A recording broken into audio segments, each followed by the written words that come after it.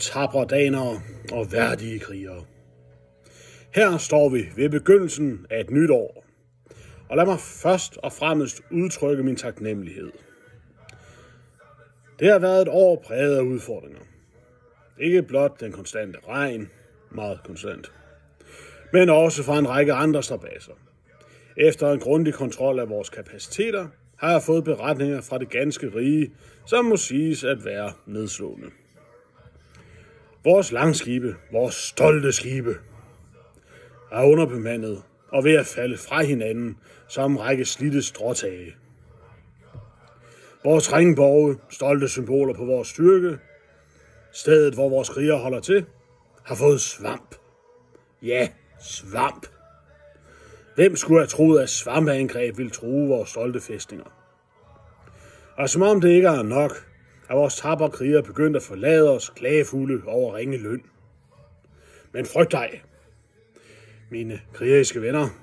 Jeg har nemlig taget ved lære af vores engelske naboers besynderlige metoder. Hvad er vel en udfordring, når man kan slette budbringeren og lade som ingenting? Så lad os sige, at hvis nyheden er slettet, er problemet vel løst. Ikke sandt? Skål!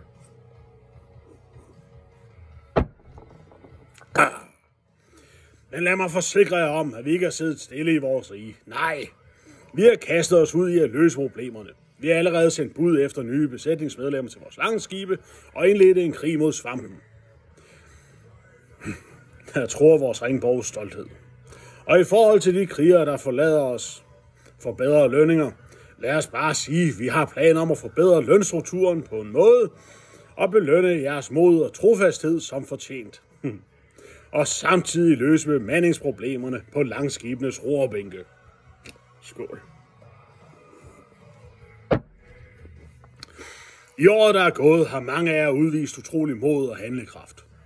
Jeg bøjer mig i taknemmelighed for sømændene, der har holdt den del af flåden, der stadig kunne sejlene, og stolt repræsenteret os på havene.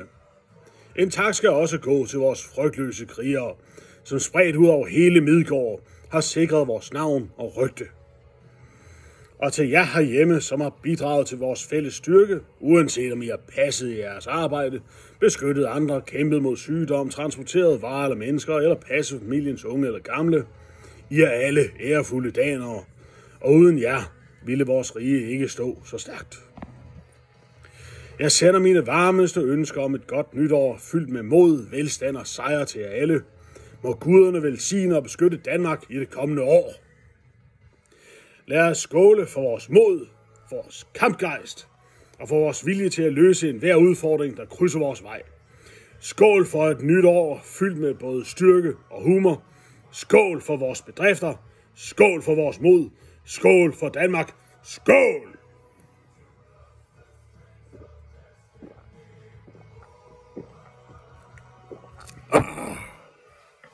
Godt nytår!